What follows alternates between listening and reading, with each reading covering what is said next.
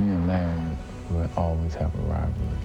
Even when this is over, we'll probably meet at the playground and just go at each other like dogs and cats. It's just that way. God put us here for that, and we will be doing it to the end. USA leading 61-34. We'll be back to recap the Dream Team play in this tournament right after this.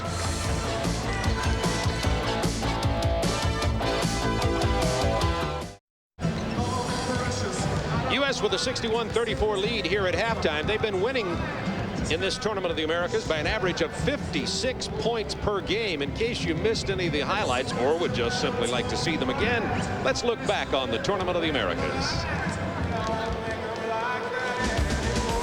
Festivities got underway last Saturday as Magic Johnson led the USA Dream Team onto the floor for the first time for opening ceremonies. All 8 countries competing in the Tournament of Americas were introduced before a sellout crowd at Memorial Coliseum. The hoop action began with the United States women's Olympic basketball team taking on the Brazilians in an exhibition match. 6 players scored in double figures as the USA rolled to an easy 103-75 win over the defending Pan Am champions.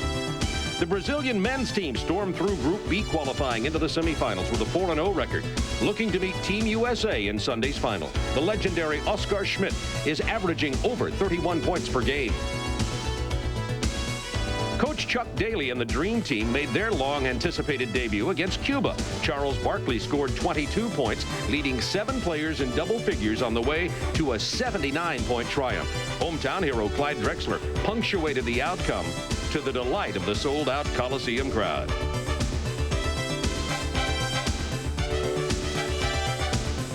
Guard John Stockton was lost with a leg injury in Game 2 versus Canada, but Magic Johnson brought showtime to Portland as Team USA rolled over the Canadians by 44 points.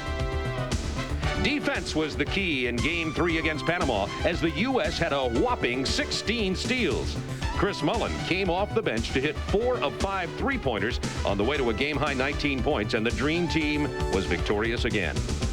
Argentina became victim number 4 in a show of speed and power as Team USA shot 63% from the field. Michael Jordan and Scottie Pippen combined in the most spectacular play of the tournament as the USA won by 41 to finish 4-0 in Pool A play. Team USA leading 61-34 over Puerto Rico at halftime here at Portland Memorial Coliseum. We'll be back to look at the highlights of the first half right after this. This has been the Kraft Halftime Report, brought to you by Kraft.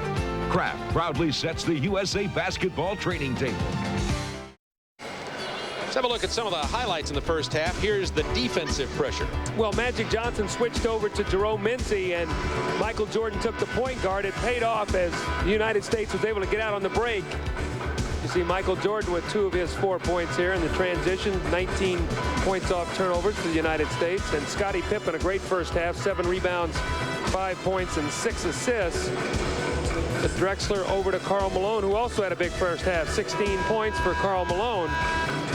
See the shooting percentage, 32% for Puerto Rico, 65 for the United States. But the rebounds, the fast breaks, the points off turnovers, Doug said the keys to the game. If Puerto Rico were to keep this competitive, those the second, third, and fourth categories there need to be a whole lot better than they are. Well, you see what happens with turnovers. You get easy scores, 13 out of 19, 19 points off turnovers to 5. You got the double in the rebounding. But the thing that impresses me is 19 assists on 24 field goals with only 7 turnovers. That lets you know how they're moving the basketball and making the extra pass to get the easy layup. Scoring leaders for Puerto Rico, Ortiz, who you see in your picture right there, has 12 points, Carter 5, and Casiano came off the bench. He's only 19 years old, the youngest player on this Puerto Rican team to score and play reasonably well in the last 5 minutes of the first half. Malone was 16, Mullen 12, and Magic Johnson has 7 to go with 4 assists. This is the lineup now that we saw the other night. to start the second half, although it wasn't Charles Barkley, it was Scottie Pippen. But Ewing and Robinson in the lineup together, and the United States went to a half-court trap with 2 shot blockers, Magic, Michael, and it'll be Barkley this time chasing the ball. Let's see if they come out.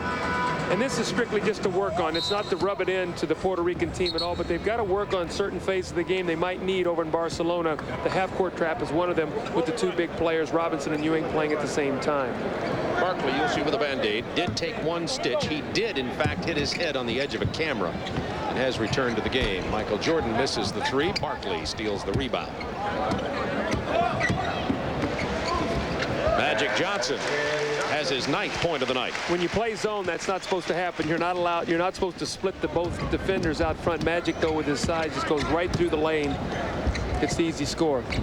United States is in man-to-man defense right now. That was a horrible shot by Edgar Leon. I think he's trying to get on the scoreboard here, realizing the game is on national television. Ewing with the rebound off the Jordan miss. Number 6, Gauss. Number 13 is Edgar Leon. Number 11 is Ramon Rivas for Puerto Rico. Handling the ball now, number 10, Javier Colon. This is Gauss. Barkley with the personal. And the Band-Aid. First personal, first team foul on USA.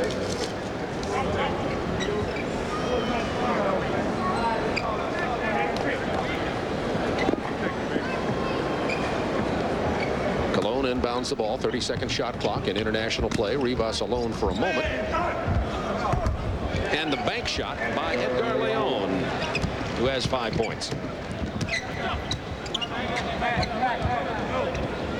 29-point USA lead.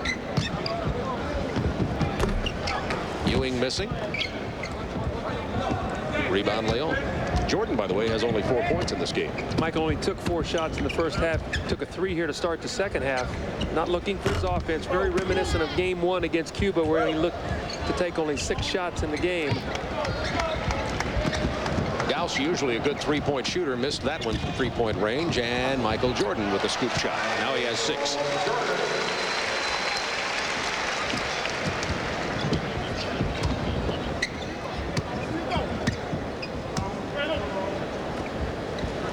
Brazil will play Venezuela in the other semifinal game tonight following this one. The winner of that will play the USA on Sunday for this tournament championship. But all 4 of these teams in action tonight have advanced to Barcelona and the Olympics. Ramon Rivas just got away with a forearm shiver against David Robinson. Good pass, dog. Come back, somebody. Michael, you look at Michael Jordan here. Magic Johnson just said, "Good pass, Doug," as the ball came over here to our table. Always in the game, isn't he?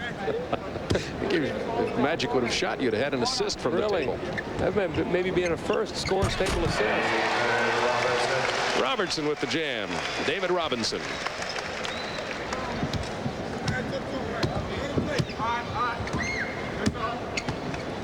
Magic talking now to Javier Colon, who's only 6 feet tall. You see how Magic Johnson dwarfs over him. Barkley with the steal. Ewing, one touch. Johnson to Robinson. Now, let's think about that. Barkley with a steal to to Magic at 6'9", to Ewing at 7 feet, back to David Robinson at 7'1". The ball never touched the floor for the dunk. That was beautiful. Barkley with his second foul quickly. Now Barkley's going to get the steal, and he's going to throw the ball ahead. You see Barkley to Magic. Watch this now. Or excuse me, to Ewing, to Magic, to Robinson. The ball did not touch the floor. That's the way you draw it up. When you're drawing it on the chalkboard, Chuck Daly says, this way we want to run the break. And they said, okay, coach. Patrick Ewing with the rebound. Wanted the outlet to Magic Johnson, but 3 outlets to David Robinson. Interchangeable parts. Magic posting against Rivas, goes to the baby hook. Oh, remember that against the Celtics. Oh, yes.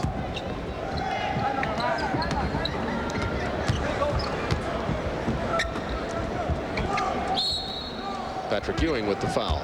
Well, Patrick would like to have that foul back. He's gotten in foul trouble tonight. He had 2 quick fouls against Rivas and had to sit down, and now the reach-in foul, so that's 3 on Patrick Ewing. I don't think Chuck Daly's going to panic and make a substitution. He'll probably let Patrick play a few more minutes. Chuck told you in an interview before the game that his scouts over in Europe think that Lithuania, Croatia, Germany, independent states, the former Soviet Union, could give some pretty good test to the team when they get to the Olympics. I think that you look at the Lithuanian team with Marciulionis, Sabonis, some of the players they have. They're a team that will not be in awe of the United States because they played against them already before, and I think that's important. I think these teams